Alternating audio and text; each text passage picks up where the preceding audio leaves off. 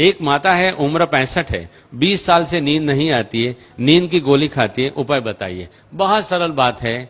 सामान्यतया कोई भी शरीर में कैल्शियम का लेवल नॉर्मल से जब नीचे होता है तो नींद नहीं आती है। अगर इसके शरीर में नॉर्मल लेवल से ऊपर कैल्शियम हम लाने की कोशिश करें तो अपने आप ठीक हो जाता है। तो कैल्शियम को ऊपर लाने का बहुत ही सिंपल तरीका है।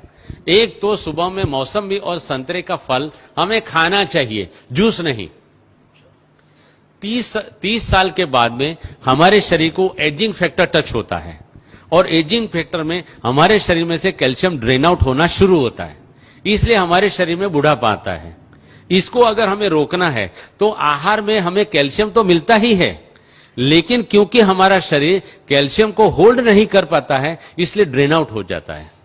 मौसम्बी और संतरे का फल ऐसा फल है कि जो शरीर में दूसरे आहारों में से गए हुए कैल्शियम को शरीर में पकड़ के रखता है, रिटेन करता है, इसलिए शरीर में कैल्शियम रिटेन होता है और कैल्शियम रुकता है। कैल्शियम रुकने से अपने आप कैल्शियम बढ़ता है। तो मौसम्बी और संतरा उसका मेन फल है। एक बात।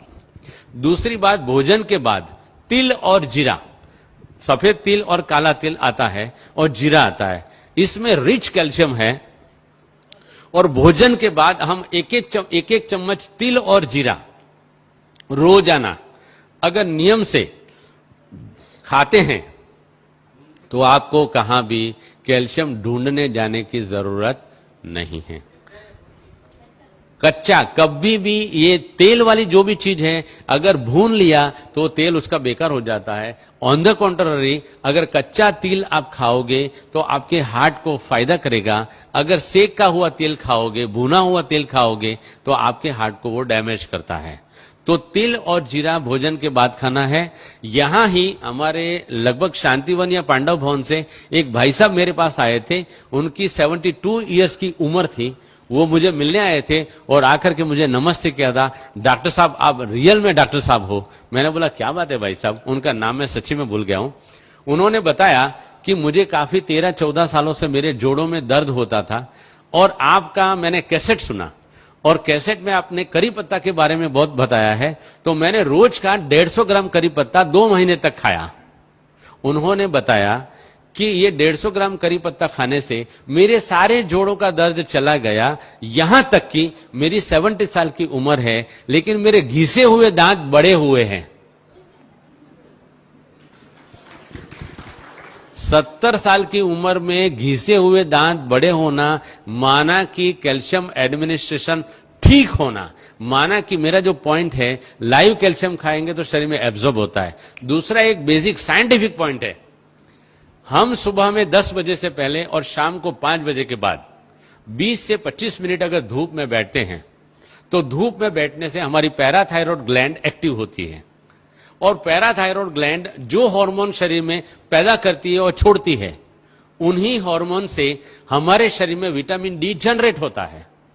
विटामिन डी जो जनरेट होता है, अगर हम रोजाना हमारे आहार में सिलिकॉन माना काकड़ी का तत्व डालते हैं तो विटामिन डी और सिलिकॉन के मिश्रण से कैल्शियम सेल जनरेट होकर के हमारे बोन में कैल्शियम आ जाता है।